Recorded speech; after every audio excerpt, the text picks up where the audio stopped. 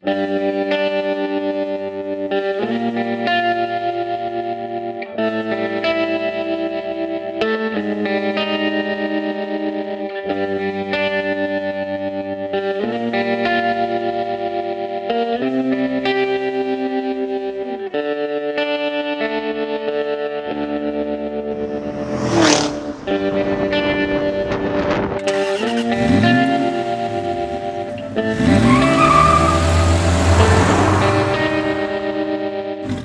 I have to say this part right up front, even though I've said it in pretty much every current Camaro video I've done.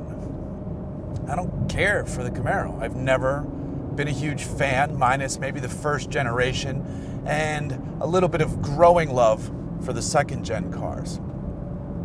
Now I also always have to follow that up with the exception of this car, because this is the best Camaro ever made. The Alpha platform cars are absolutely incredible. The exterior looks have been tightened up. The interior has been refined a little bit. You still can't see shit out of it, but the driving experience is goddamn spectacular.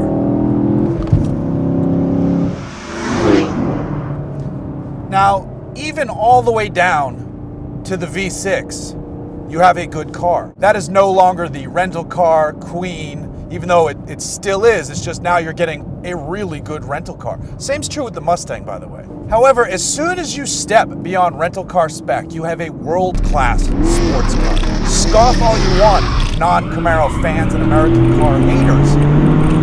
It's true. The SS is fantastic. Now, you know how you make it even more fantastic? You spend about $6,500 more and get the 1LE. Those three letters and numbers make magic happen.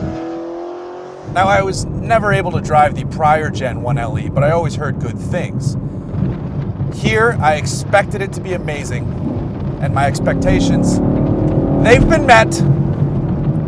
So what does the 1LE get you? Well, you have the same 6.2 liter, 455 horsepower V8 under the hood. It's the LT1 engine.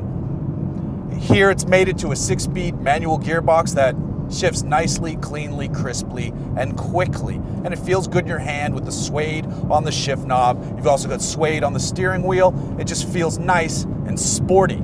And it backs that up too with the magnetic suspension. It backs it up with 6-piston front Brembo brakes. I believe they're 4-piston rear.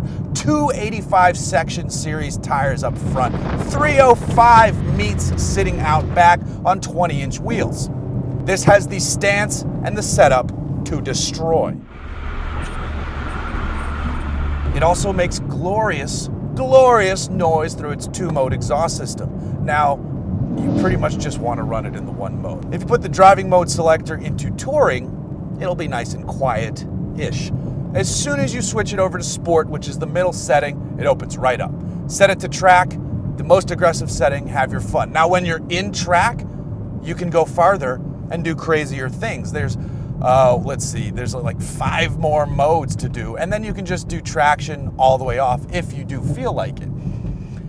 If you leave it on, if you leave the various traction management systems on, or since I like to pretend that I'm a race car driver, if you set the different traction maps, you'll be rewarded with very fast lap times and amazing driving experiences and truly spirited canyon blasts. The professional race car drivers, Johnny O'Connell and Michael Cooper, who run the ATS VRs, drive with traction on for a lot. So if race car drivers are driving their race cars with traction control on, it's because the systems are designed to make you faster. It's no different here in the Camaro. Now, if you want to do really dumb shit, even though you have those big ass tires out there, you can still do it. The car will reward good fun. You can do all kinds of dumb things. That's what's great about a Camaro, a modern Camaro, an Alpha platform Camaro. You can be one of the fastest people out on the racetrack, no question about it.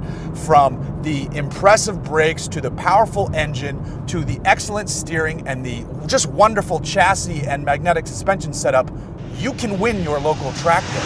Now that Chevy has shown us too that there's the ZL1 and then the ZL1 1LE, Also coming, basically here, good Lord, that thing looks like an absolute rocket ship monster that will still do the dual-natured crazy burnout tire destruction machine or set your local track on fire by laying down a blistering new lap record. This has the rev matching that you've come to know from Chevy now. For those of you who are asking why the manual gearbox car also has paddles, that's how you turn rev matching on and off.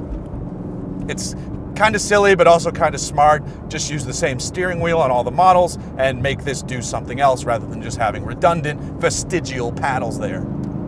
They work, they do something. If you don't like rev matching, if you're confident in your own skills, just turn the system off. It's actually really nice in traffic, stop and go traffic, so you're not constantly rev matching the car yourself. Don't worry about it. Here in Southern California, these come in handy. So, what does it cost you? That's always the tricky part. What does it cost you to play in this space? Less than you think. This car, as it's equipped, is $46,000. Being able to do what you can do in this car for under $50,000, well under $50,000, is frankly amazing in this day and age. If you want to compare any of the German competition to this car, those are going to be significantly more expensive, and there's no guarantee that they're actually going to be faster. I think you need to climb all the way up to the BMW M4 GTS, which is a monster machine that I think is over $70,000.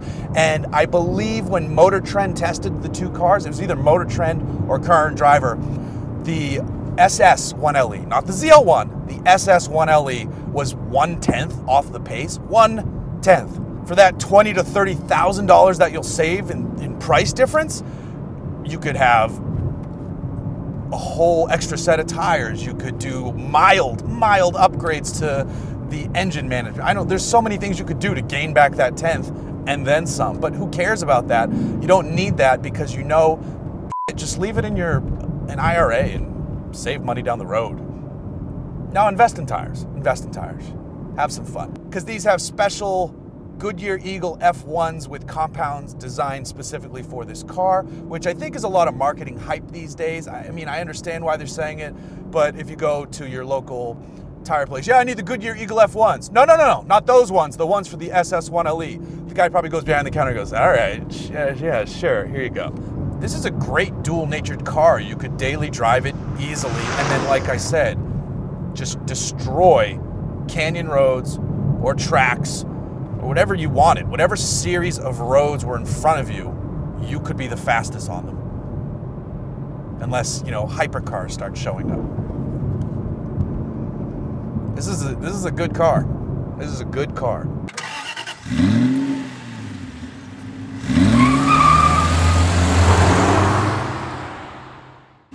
There are some of you who will scoff at my comment about the visibility still being terrible. Do you not need to see out of a car? Anytime you're maneuvering this through a parking lot, you have no idea what's going on in certain parts of the car. This is like looking through a pillbox. There are about 11 inches of visibility here. You can't see shit out of this car. And if you don't think that's a problem, you are crazy. Hopefully in the next generation, they'll be able to use higher strength materials for the roof and pillars, so you can get maybe thinner A-pillars and a little bit more glass opening. I don't know how they're going to change it without radically redesigning it, and that stinks because the outside does look so good, but it is absolutely at the expense of seeing anything out of this car. You just need to look forward because you're winning. Woo! Whatever, you need to daily driving, you need to see what's going on around you. One thing I really dislike is the fact, I like that it's a frameless rearview mirror, but on the rearview mirror is a blue button for OnStar and a red button for SOS. So when you first glance up to the rearview mirror, the first thing you see are blue and red lights. Blue and red lights. Every time you look in the rearview mirror. Blue and red lights. That's not cool. I love that you can drive this car and pull up next to a modern Mustang owner who's so happy and confident that they have one of the best Mustangs ever developed and produced, and then you pull up in the Camaro and they're like, oh shoot, dang it. I am no longer the fastest person on this street. Dang. And you just go, yeehaw, mother. And your day is good. You're always smiling. They're not always smiling. This is a good car. This is a good car. Though this is a message to you folks though. Now I'm speaking to the Camaro people who are like, yeah, see, he gets it finally. There you go. The 8-speed is still garbage. Sorry. That's unnecessary. I apologize. No, I don't. This car does sound damn good. Let me get past these people here and then I will demonstrate. You go. Yep, that'll do it. That'll make your bits tingle. It's funny too because it's so easy to control when you start doing really dumb things too. As soon as that rear end goes achy breaky slidey fun time, it's just wee. It's so, this car is awesome.